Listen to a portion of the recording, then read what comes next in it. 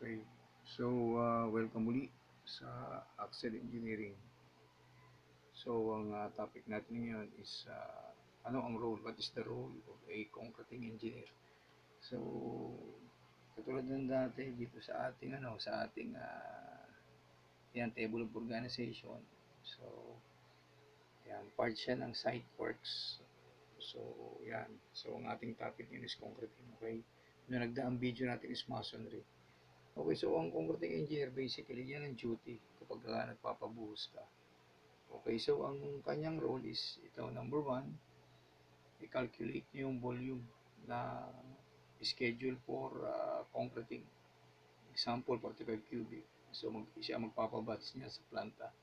So siya makikipag-coordinate sa planta. Okay, so kung kailan ang date, yan, example, 25 December 2024, ang time is 9 p.m. So basically, sa concreting talaga gabi para ma-avoid mo yung traffic.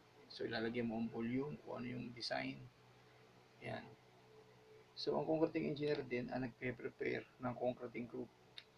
Basically, ang crew mo is composed of 4 man, 4 to 5 laborers, 3 to 4 masons, at saka 2 carpenters para mag-serve as pulling guard. At ang foreman, siya na talaga ang nagmamaniobra o nagpapatrabaho ng concreting works. Pakikilusin niya ang mga tao. Ang role ng site engineer ay ikaw magpe-prepare ng mga gamit katulad ng vibrator, pala, mga float, kung ano pa man ang kailangan. Depende sa pangailangan ng foreman. So, ang dapat na malaman ng isang concreting engineer is ito. Dapat alam mo yung mga methods of pouring. So, kung gagamit ka ng pump, o gagamit ka ng crane and bucket, or direct pouring. So, yan naman, alam din ng foreman yan. Pero, kung ikaw ay magiging site engineer, na ang role is concreting engineer, dapat alam mo to. Ito yung mga basic knowledge na dapat mong alam. Also, ito, dapat pag concreting engineer ka, ikaw ang gagawa ng ganyan, concrete monitoring. Yung date, kung kailan nagbuhos, naka-table yan, naka-compile. Dapat may record ka niyan. Pag tinanong ka kung anong date, ano ang mga binuhusan na structure, yan, may listahan ka, pati kung ano yung running na volume, total volume na nabuhos mo. So, yun lang ang mga role na dapat mong gampanan as concreting engineer. Kasi ako sa karanasan ko, ito yung aking unang naging work, concreting engineer. Na nagsisimula pa lang ako sa civil works. So, ang additional knowledge mo, dapat alam mo yan. Honeycomb, bakit nagkakaroon ng ganyan? So, yan, lack of vibration. So, ang kailangan mo dyan ay concrete vibrator. Kaya, kasama yan sa mga tools na dapat mong i-prepare. Tapos, rubber mallet. Kailangan din yan. Papalu-paluin mo yung mga kantuhan ng forma para maiwasan mo yung mga ganyan. Honeycomb. Then, dapat, pag concreting engineer ka, alam mo yung cool joint. Ang cool joint kasi, kapag 30 minutes na hindi mo na i-continue yung buhos, nagkakaroon niya ng cool joint. So, hindi maganda yung cool joint. Kaya dapat may continuity yung buhos mo. At hindi siya may interrupt within 30 minutes. Yan ang rule dyan. So, ito dapat basic knowledge. Dapat alam mo rin yan para sa output mo. So, 50 to 60 cubic meter per hour yun ang pump output. Average na yan. So, 4 to 5 mixers for every 30 minutes or simply 8 to 10 mixers for every hour. Yan ang magiging output. Yan ang mga basic knowledge na dapat mong alam.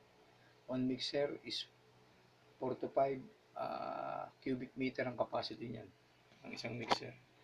So, ang batch interval mo, pwedeng no interval or 15 minutes interval. So, matututunan mo yan base sa ganitong klase ng knowledge na malalaman mo. Yan. Malalaman mo kung gaano kalaki ang pag nalaman mo ang volume mo at yung distance ng batching plant. So, makakapagsabi ka kung anong interval mo. Okay, kung no interval or 15 minutes interval. Basically, ano yan, sa akin, nagpapalabas muna ako ng unang tatlo, sunod-sunod. Kung ang gagamitin ko i-pump. Pagdating na ng ikatlo, saka mo na ulit papabatch ng kasunod ng tatlo. Base sa coordinator na rin yan ng batching plant. Okay? So, ang knowledge na dapat na alam mo rin is yung tinatawag na 90 minutes rule para hindi ka ma-overmix. Okay? So, kasi mahirap pag na-overmix ang concrete. So, kaya dapat, within 1.5 hours, ma-discharge mo yan. Okay? So, dapat yan, within 1.5 hour, na-dispatch mo na, kulog mo na, yung 90 minutes rule for concrete. Kaya dapat alam mo kung kailan dumating sa site, nasa resibo naman yan, alam mo kung kailan siya umalis ng batching plant, at kailan siya dumating sa site. Malalaman mo ngayon kung nag-exceed siya ng 90-minute rule. Pag more than 90 minutes, pwede mong i-reject yan. Okay? So, yan ang mga dapat matutunan ng isang concreting engineer. Kasi ang concreting engineer, yan ang possible na unang nagiging trabaho ng isang bagong hire na civil engineer. Okay? So, I hope meron kayong bagong natutunan. Hanggang sa muli.